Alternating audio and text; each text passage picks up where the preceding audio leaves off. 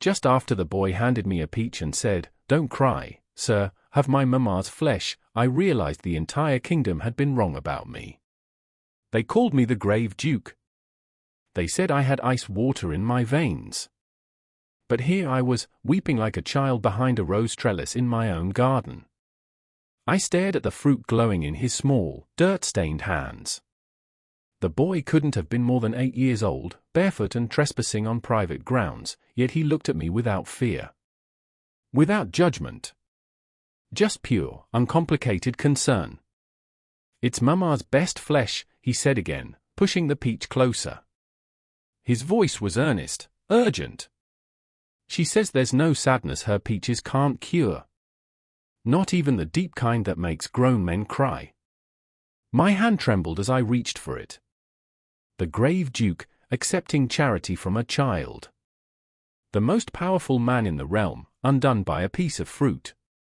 I bit into it, and the sweetness exploded across my tongue like summer itself. Juice ran down my chin, undignified and real. For the first time in 32 years, I tasted something that hadn't been cultivated to impress me. I tasted love. The boy watched me devour his mother's peach with the solemnity of a priest witnessing communion. Juice dripped from my fingers onto the gravel path, staining the perfectly maintained stones. I didn't care. "It's good?" he asked, though my expression must have already answered. Extraordinary. The word felt inadequate. This wasn't just fruit. It was sunshine made edible. Earth transformed into sweetness. Labor turned into gift. Every peach I'd ever eaten at my own table had been selected for perfection, arranged on silver platters, served with ceremony. They'd tasted like nothing. Like expensive air. This tasted like it had been grown by someone who actually cared whether it was good. "What's your name?"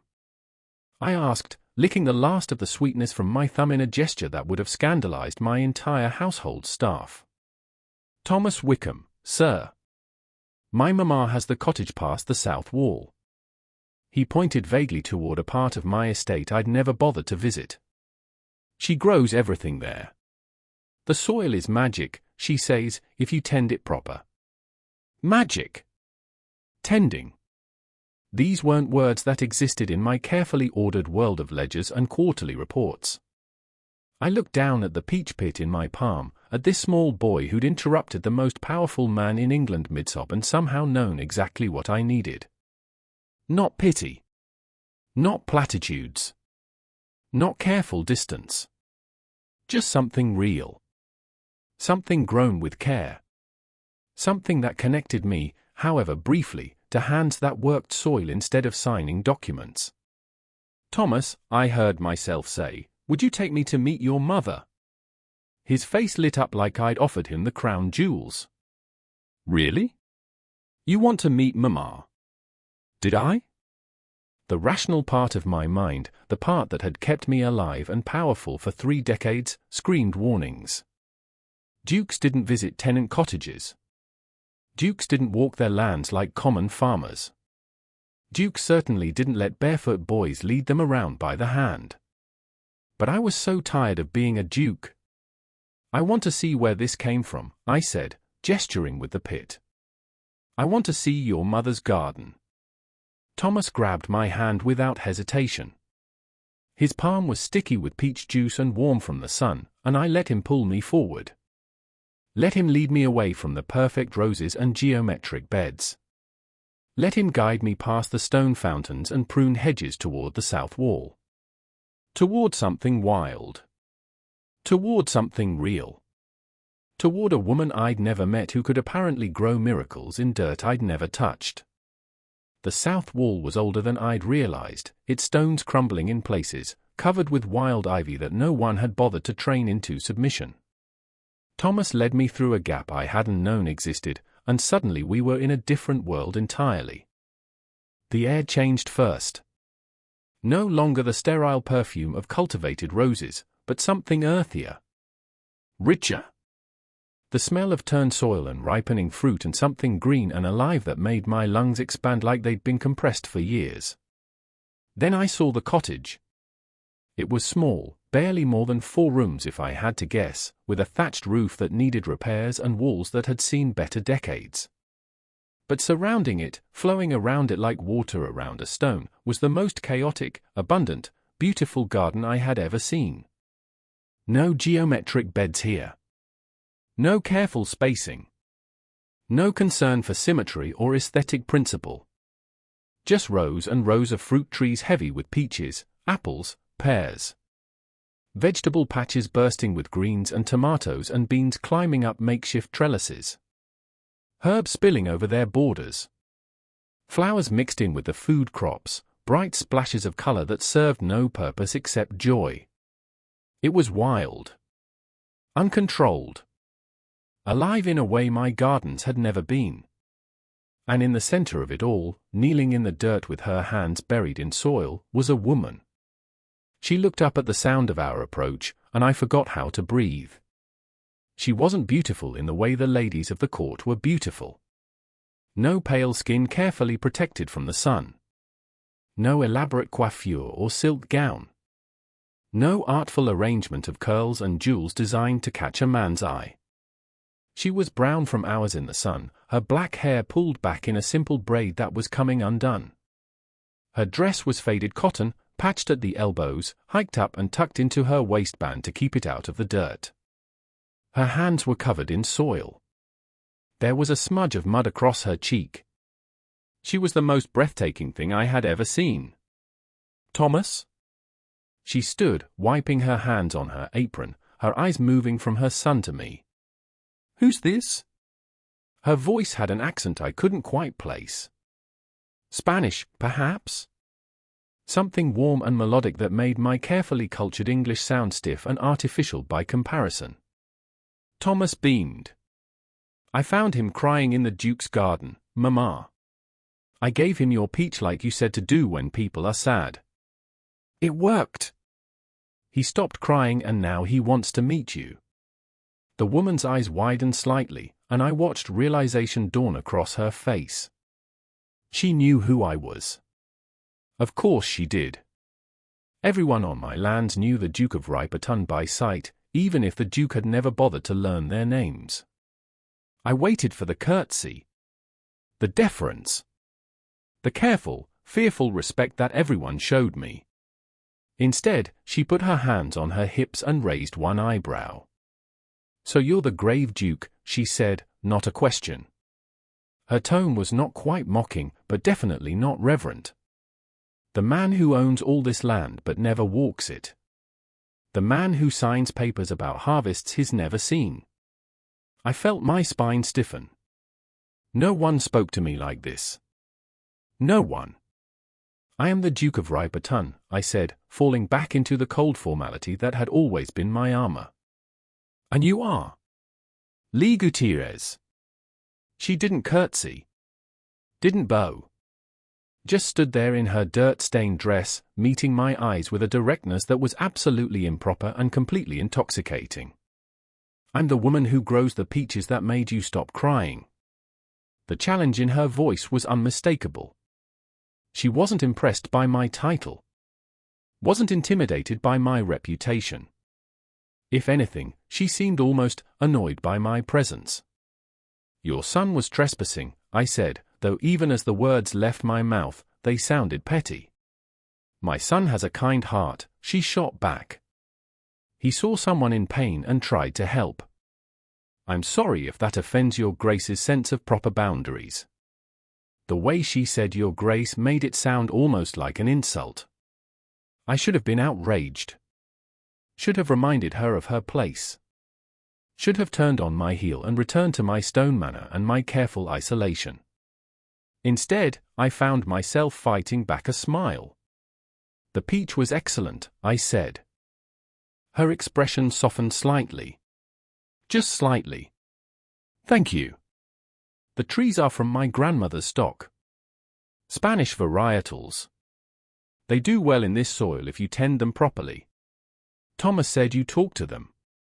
"Thomas talks too much." But there was affection in her voice as she looked at her son. "But yes. Plants respond to care. to attention, to love. Just like people. The implication hung in the air between us. Just like people. People I had ignored.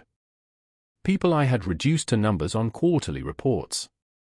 I'd like to learn, I heard myself say. About the trees.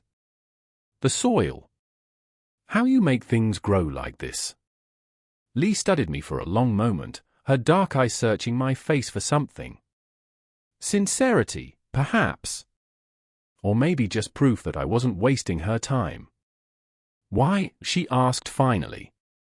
Why would the grave duke suddenly care about dirt and peaches?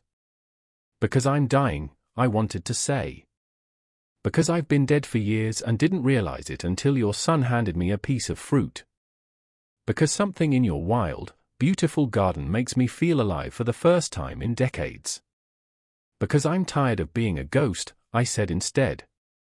I returned the next morning before dawn, dressed in clothes I'd had to search my own wardrobes to find. Plain linen shirt. Trousers without ornament. Boots meant for walking rather than impressing. My valet had looked at me like I'd lost my mind. Perhaps I had. Lee was already in the orchard when I arrived, moving between trees with a basket on her hip.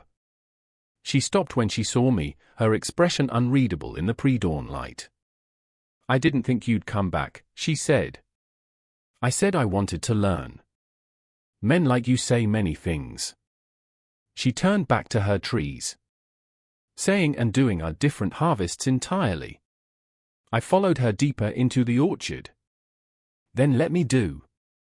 She handed me the basket without ceremony. Fine. We're picking the early peaches today. Only the ones that come away easy in your hand. If you have to pull, it's not ready. The tree decides when to let go, not you. I reached for the nearest peach, and she made a sound of disapproval.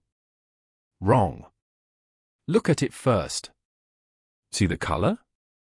Still too much green at the stem. That one. She pointed.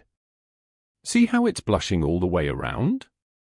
That's the one asking to be picked. I adjusted my reach, touched the fruit she'd indicated. It came away in my palm like it had been waiting for me. Good, Lee said, and something warm bloomed in my chest at her approval. Now do that about 300 more times before breakfast. 300 peaches. My hands would be sticky and sore. My back would ache. My carefully maintained fingernails would be ruined. I'd never been more eager to begin anything in my life. We worked in silence for a while, the only sounds the soft thump of fruit in baskets and the morning birds beginning their songs. The physical labor felt strange at first, almost offensive to muscles trained for nothing more strenuous than signing documents. But then something shifted. The repetition became meditation. Reach. Assess. Pick. The weight of each peach in my palm. The slight give of ripe flesh. The way the morning sun warmed my shoulders through my shirt. You're smiling, Lee observed after an hour. I hadn't realized. I am. Like a fool. But there was something softer in her voice now. Less suspicion. Most nobles I've known would have given up after 10 minutes. Said their backs hurt or their hands were too delicate. My hands are delicate, I admitted, showing her palms already reddening. But they're also useless. I'd rather they hurt from doing something real. She studied me again with those sharp dark eyes. Who are you really? You're not just here to learn about peaches. No, I agreed. I'm here because I've spent 32 years building walls and calling it strength. I'm here because your son gave me a gift yesterday and I realized I haven't given anything real to anyone in decades. The formal dinner was in honor of Lord Ashford's visit. 23 courses prepared by my French chef. Crystal glasses imported from Venice. Silver so polished it hurt to look at directly under the chandelier light. I sat at the head of a table that could seat 40, with Lord Ashford to my right discussing trade negotiations, and Lady Pemberton to my left attempting to engage me in gossip about the season's eligible daughters. The first course arrived. Oysters on ice, arranged like tiny works of art. I put one in my mouth and tasted nothing but cold brine and my own disappointment. The second course. Some sort of delicate fish in a butter sauce that had probably taken hours to prepare. Ash. It tasted like expensive ash. I went through the motions. Nodded at appropriate moments. Made the responses expected of a duke hosting important guests. But my mind was 3 miles away at a cottage with a wooden table that wobbled on uneven legs. Yesterday, Lee had invited me to stay for lunch after we'd finished the morning picking. Nothing fancy, she'd warned. Just bread and cheese and yesterday's vegetable stew. We'd sat at that table, Thomas, Lee, and I, eating from chipped bowls with bent spoons. The bread had been dense and hearty, baked in Lee's own oven. The cheese was from a local farmer. The stew was made from vegetables pulled from her garden that morning. It was the best meal I'd ever eaten. Not because the ingredients were exotic or the preparation complex, but because Lee had made it with her own hands. Because Thomas had helped her chop the vegetables, his tongue sticking out in concentration. Because they'd invited me, a stranger, to share what little they had without hesitation or expectation of anything in return. Because when Lee had laughed at something Thomas said, her whole face had lit up, and I'd felt that warmth reach across the table and touch something in me I'd thought was dead. Your Grace? Lady Pemberton's voice cut through my reverie. You seem distracted this evening. I looked down at my plate. The 7th course. Some kind of elaborate pastry construction that probably had a French name I couldn't pronounce. Forgive me, I said, pushing it away untouched. I find I'm not hungry tonight. That was a lie. I was starving. But not for this. Not for food that had been tortured into submission, arranged to impress rather than nourish, served in a room so grand and empty it echoed with loneliness. I was hungry for a wobbling table and chipped bowls. For bread that tasted like someone had cared whether it was good. For conversation that didn't dance around power and position but spoke plainly about real things. Soil and whether the apple trees would need pruning soon. I was hungry for the way Lee had looked at me when I'd successfully identified which peaches were ready to pick. Not impressed by my title or my wealth, but genuinely pleased that I'd learned something useful. I was hungry for life. And I was sitting at a table laden with everything money could buy, slowly dying of starvation. We were pruning the apple trees when Lee finally asked me the question I'd been dreading. Why do you keep coming back here? I focused on the branch in my hand, on making the cut at the angle she'd taught me. Clean. Decisive. I told you. I want to learn. No. Her voice was firm. You could hire a dozen gardeners to teach you. You could read books. You don't need to be here at dawn every morning, ruining your hands and your fine clothes. I'd stopped wearing fine clothes weeks ago. The servants whispered about it, but I didn't care. Maybe I need to be here, I said quietly.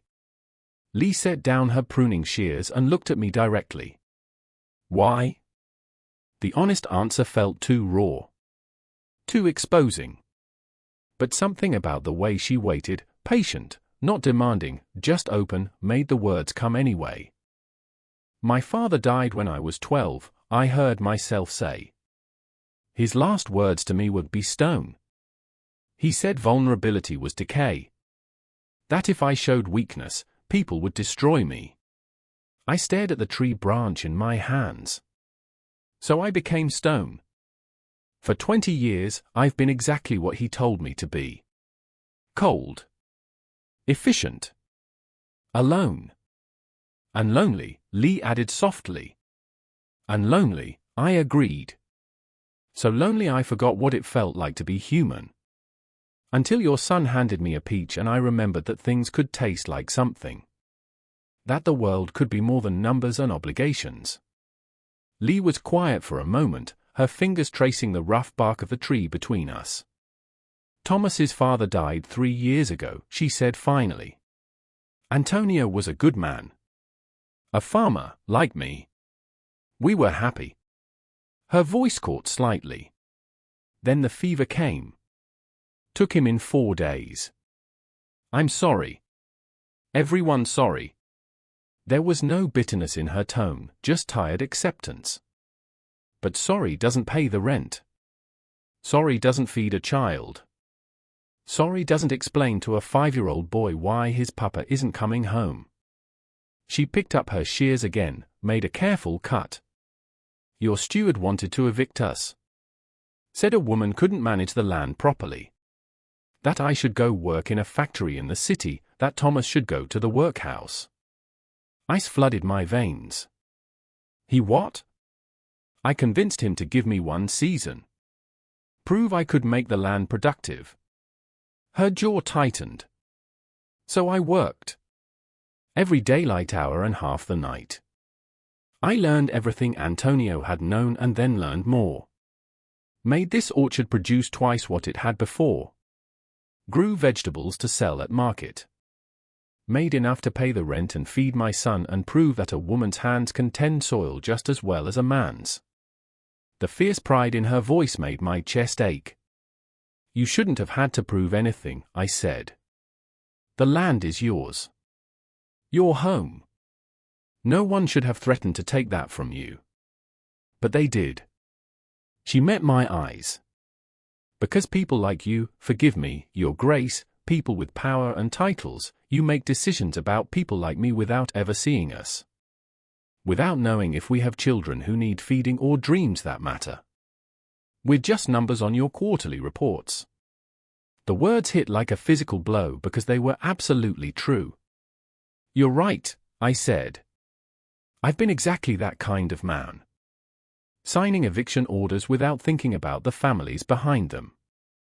Approving rent increases without considering whether people could actually pay. Ruling from a tower and calling it duty. So why are you here? She asked again. Really? I looked at her, this woman who'd fought so hard for her small piece of earth, who'd turned grief into growth, who stood in the morning sun with dirt under her nails and defiance in her eyes. Because you taught me something my father never did, I said. That strength isn't stone. It's soil.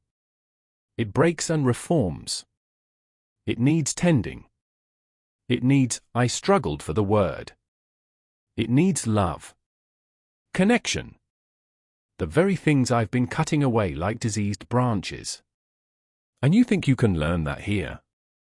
From me? I think, I said carefully, that I'm already learning it.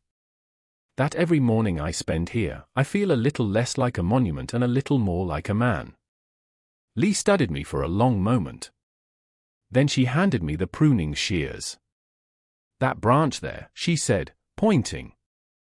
See how it's crossing over the other one? They'll rub and damage each other if we don't remove one.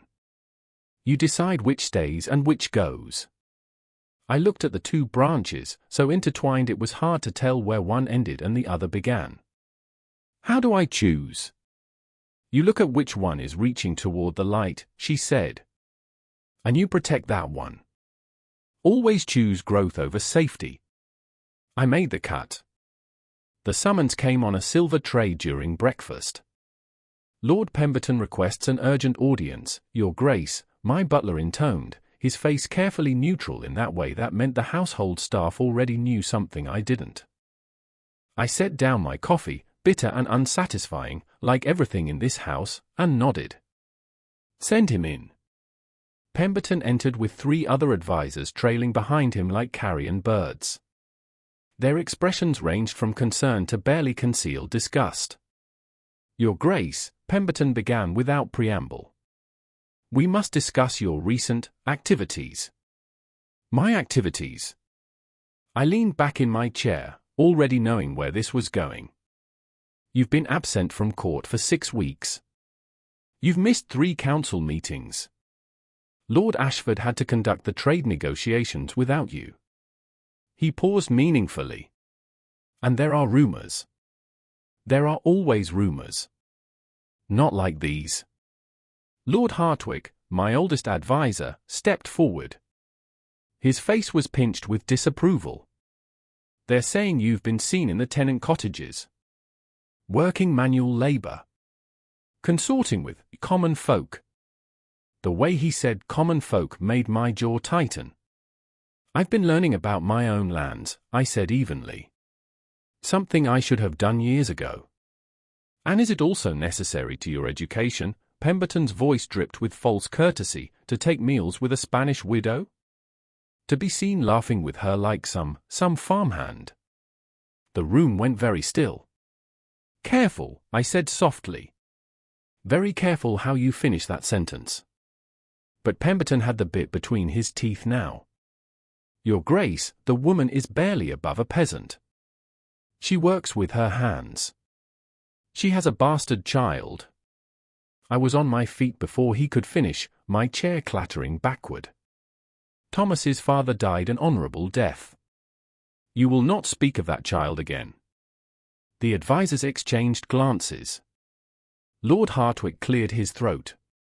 Your Grace, we understand that you may have developed certain sympathies. But you must consider your position.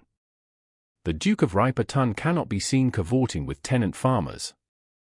Your reputation. My reputation, I interrupted, is built on being cold and distant and thoroughly miserable. Forgive me if I'm no longer interested in maintaining it. This is more than reputation, Pemberton insisted. The other lords are watching. They see weakness. They see a duke who abandons his duties for some romantic notion of pastoral life. They're already discussing whether you're fit to maintain your seat on the King's Council. Let them discuss. And what of marriage? Lady Pemberton, who'd been silent until now, spoke up. Her voice was honeyed poison. Lord Ashford has a daughter. Beautiful, accomplished, dowry of £40,000. She'd make a perfect duchess. But instead, you're wasting your time with a woman who can't even read. Lee can read, I said quietly, dangerously. In 3 languages. She keeps detailed records of crop rotations and soil amendments. She's taught herself more about agriculture than any of you will ever know.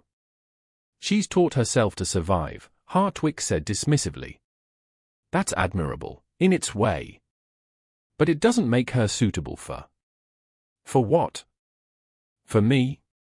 I looked at each of them in turn. You're right. She's not suitable for the man you want me to be. The stone monument who signs papers and attends balls and marries the appropriate heiress to produce the appropriate heirs. I walked to the window, looking out over my perfect, lifeless gardens. But I don't want to be that man anymore. That man is dying. Has been dying for years. Until I met someone who showed me what it means to actually live. Your Grace, Pemberton's voice was strained now. Please. Think about what you're saying. You cannot marry this woman. The scandal would be. I haven't said anything about marriage. But even as the words left my mouth, I realized they were a lie. I'd been thinking about it. Every morning when Lee handed me coffee in a chipped mug. Every afternoon when she corrected my pruning technique with patient hands. Every evening when Thomas fell asleep against my shoulder while Lee read to us from her grandmother's Spanish poetry books. I'd been thinking about it constantly. The king himself might intervene, Lord Hartwick warned. This could cost you everything. Your title. Your lands. Your position. And what exactly do I have now? I turned to face them. A empty manor? Quarterly reports? The respect of people who don't actually know me. You have power, Pemberton said firmly. Influence.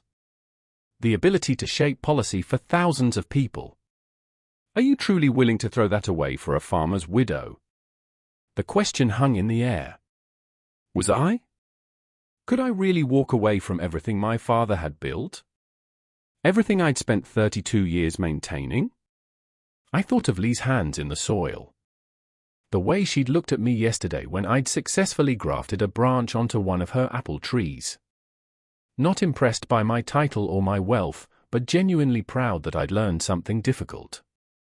I thought of Thomas calling me Billy instead of Your Grace, his small hand trustingly tucked into mine. I thought of meals at a wobbling table that filled me more than any feast in my grand dining hall ever had. Yes, I said. I would throw it all away. Gladly. The advisors stared at me like I'd announced I was joining the circus. Your Grace, Pemberton tried one more time. At least consider a compromise. Keep the woman as a mistress, if you must. We can be discreet. But marry appropriately. Maintain appearances. You can have both. No. The word came out harder than I intended. Lee deserves better than to be hidden away like something shameful. She deserves better than to be my secret while I parade another woman as my wife. She's a tenant farmer. She's the bravest person I've ever met. My voice echoed off the walls. She's worked harder and sacrificed more than any of us in this room. She's raised a kind, intelligent child alone. She's turned a struggling plot into abundant land. She's done all of that while people like you tried to take it from her. I moved toward the door, done with this conversation. If society can't accept her, then society can go to hell. And if maintaining my reputation means abandoning the only real thing in my life, then my reputation can burn. Where are you going? Hartwig demanded. Where do you think? I grabbed my coat, the plain one, not the fine one with gold buttons. I'm going home. And I realized, as I said it, that I didn't mean the manor. I meant a cottage with a thatched roof and a wobbling table and a woman who made the world taste like something again. The sky turned green at noon. I was in my study, staring at the royal summons that had arrived that morning. The king requested my presence at court. Immediately. To explain my erratic behavior and abandonment of duty. Then I heard the wind. It started as a whisper, then grew to a roar. The windows rattled in their frames. Outside, trees bent like they were bowing to some terrible god. I didn't think. Didn't grab a coat. Didn't tell anyone where I was going. I just ran. The 3 miles to Lee's cottage felt like 30. The wind fought me every step, throwing debris across the path. Rain started halfway there, cold and vicious, turning the road to mud. All I could think was, the orchard. Her livelihood. Everything she'd fought for. Thomas. I found them in the garden, Lee frantically tying down tree branches while Thomas held stakes. The wind was already tearing at the peach trees, ripping leaves away in violent handfuls. Billy. Lee's eyes went wide when she saw me. What are you? Tell me what to do, I shouted over the wind. You shouldn't be here. The storm. Tell me what to do. She looked at me for one heartbeat, rain streaming down both our faces. Then she handed me rope. The young trees, she yelled. They'll snap if we don't stake them. Start on the east side. We worked for hours. My fine shirt tore on branches. My hands bled from rope burns. The wind screamed and the rain fell like punishment, but I didn't stop. Because this was Lee's world. Everything she had. And I would die before I let it be destroyed. A massive gust hit, and I heard wood crack. One of the apple trees, the oldest one, the one from her grandmother, was splitting down the middle. No. Lee ran toward it. I got there first, throwing my weight against the trunk, trying to hold the two halves together while she scrambled for more rope. The rough bark tore my palms. My shoulders screamed. But I held on. Billy, let go. You'll be crushed. Get the rope. I gritted out. She worked with desperate speed, wrapping, tying, reinforcing. The tree shuddered under my hands like a dying thing. Finally, she knotted the last strand. Okay. Move. I stumbled back just as another gust hit. The ropes held. Barely. But they held. Lee grabbed my bleeding hands, her face fierce with emotion I couldn't name. You stupid, stupid man. You could have been killed. So could you. This is my home. I know, I said, rain and blood mixing on my ruined hands. It's mine too now. The manor was ablaze with lights when we arrived at dawn. I walked through the front door, something I'd done 1,000 times, but everything was different now. Because this time, I wasn't alone. Lee stood beside me, still wearing her mud-stained dress from the storm. Thomas clung to her hand, his eyes wide as he stared at the marble floors and crystal chandeliers. My entire household staff was assembled in the entrance hall. They'd clearly been summoned hastily. Some were still adjusting their uniforms. Pemberton stood at the front, his face a mask of barely controlled horror. Your Grace, he began, his voice tight. We weren't expecting. Mrs. Gutierrez and her son will be staying in the East Wing, I announced, my voice carrying through the cavernous space. The blue suite. Have it prepared immediately. Silence. Absolute, shocked silence. One of the maids exchanged glances with the housekeeper. A footman's mouth literally hung open. Your Grace, Pemberton tried again, perhaps we should discuss. There's nothing to discuss. I kept my hand steady at the small of Lee's back, feeling her tension. Mrs. Gutierrez's cottage sustained severe damage in the storm. She and Thomas are my guests. They will be treated with the same respect you would show any member of this household. Any member. Pemberton's tone made it a challenge. I met his eyes. Any member of my family. The words landed like stones in water, ripples of shock spreading through the assembled staff. Lee's hand found mine. Squeezed once. A warning or encouragement, I wasn't sure. Furthermore, I continued, I want the estate carpenters dispatched to repair Mrs. Gutierrez's cottage. Immediately. Spare no expense. And I want a full assessment of damage to all tenant properties. Any family that needs assistance will receive it. Your Grace, the cost. I don't care about the cost. My voice hardened. These are our people. My people. They've been paying rent to an absent landlord for years while I sat in this monument and counted money. That ends now. I turned to face the entire assembly. Servants, advisors, staff. All of them watching with varying degrees of scandal and fascination. Some of you have served my family for generations. You've maintained this house, managed these lands, kept everything running while I hid behind stone walls and called it duty. I paused. I'm grateful for that service. But things are going to change. Change how? Lord Hartwig had appeared at the top of the stairs, still in his dressing gown, clearly roused by the commotion. We're going to actually know the people who live on these lands, I said. Their names. Their struggles.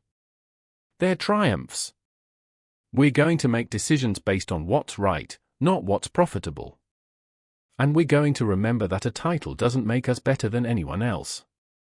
It just gives us more responsibility. I looked at Lee then. She was watching me with an expression I couldn't quite read. Pride, maybe. Or fear. Or both.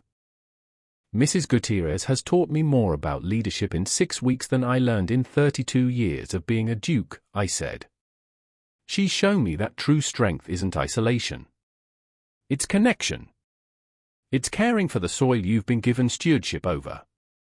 It's tending to things that grow. Your Grace, Pemberton's voice was strained to breaking. The King summons. Can wait. I pulled the royal letter from my pocket and set it on the hall table. I'll respond when my people are cared for. When the storm damage is assessed. When I've done my actual duty instead of just performing it. They'll strip your title, Hartwick warned, descending the stairs. You're defying a direct royal command. Then let them strip it. The words came easier than I'd expected. I'd rather be Billy Rippy, farmer, with Lee and Thomas, than the grave duke alone in his tomb. Thomas, who'd been silent until now, tugged on my hand. You mean it? You'd give up being a duke? I crouched down to his level, not caring that my ruined clothes were dripping water and mud on the pristine marble. Thomas, being a duke just means you have a fancy title and a big house. But being with you and your mama? That makes me feel like I matter. Like I'm actually alive. I ruffled his hair. So yes. I mean it. The boy threw his arms around my neck, nearly knocking me over. When I stood again, Lee was crying. Silent tears streaming down her dirt-smudged face. You don't have to do this, she whispered. You don't have to lose everything for us. I'm not losing anything. I took her hand, not caring who saw. Not caring about the gasps from the servants or Pemberton's expression of pure apoplexy. I'm finally finding something worth keeping. The front door burst open then, and I turned to see Lord Ashford standing in the entrance, his travelling cloak still dripping rain. Is it true? He demanded. Have you truly lost your mind, Rippy? Before I could answer, more figures appeared behind him. Lady Pemberton. The Duchess of Somerset. Lord Hartwick's son. It seemed half the nobility had descended on my manor, drawn by scandal like moths to flame. The whole county is talking, Lady Pemberton announced, sweeping in with her usual theatrical flair. They say you've taken a Spanish peasant as your mistress. That you've abandoned your duties. That you've gone mad. Not mad, I said calmly. Just awake. Finally awake. Lord Ashford's eyes found Lee, swept over her muddy dress and work-worn hands with visible disdain. This is the woman? This is what you're throwing away your reputation for. I felt Lee stiffen beside me, felt her start to pull away. To make herself smaller. To accept the shame they were trying to heap upon her. No. This woman, I said, my voice cutting through the murmurs, has more courage in her smallest finger than most of us have in our entire bodies. She survived loss that would have broken lesser people. She's built something beautiful from nothing. She's raised a son to be kind in a world that rewards cruelty. I stepped forward, still holding Lee's hand, pulling her with me into the center of the hall. And yes, I love her. Completely. Irrevocably. In a way that makes every proper match you've tried to arrange for me seem like a business transaction. The gasps were audible now. Someone, I think it was the Duchess, actually clutched her pearls. So if you've come here to talk me out of it, to remind me of my duty, to threaten me with social ruin, you're wasting your time. I looked at each of them in turn. I choose her. I choose this. And if that costs me everything else, then so be it. They married in the garden on the first day of autumn. Not in a cathedral with hundreds of witnesses. Not with the king's blessing or society's approval. Just in the garden where it had all begun, with Thomas standing between them holding their joined hands. The vicar from the village performed the ceremony under the peach trees. The same trees Lee had saved during the storm. The same trees that had brought them together. Billy had invited everyone. Not just the nobles who'd grudgingly accepted his choice, but every tenant farmer, every servant, every person who lived on the estate. He'd torn down the walls surrounding the manor gardens, quite literally. Hired workers to remove the stones and open the paths. A garden shouldn't be a prison, he'd said. It should be shared. Now, as Lee said I do with dirt still under her fingernails and wildflowers in her hair, Billy understood what his father had never taught him. That strength wasn't stone. It was soil. Breaking and reforming. Growing and changing. That the richest harvest was the one shared with those you loved. The ceremony ended, and Thomas whooped with joy, breaking free to run through the gardens. Not the perfect geometric beds that used to exist, but the wild, abundant chaos Lee had helped create.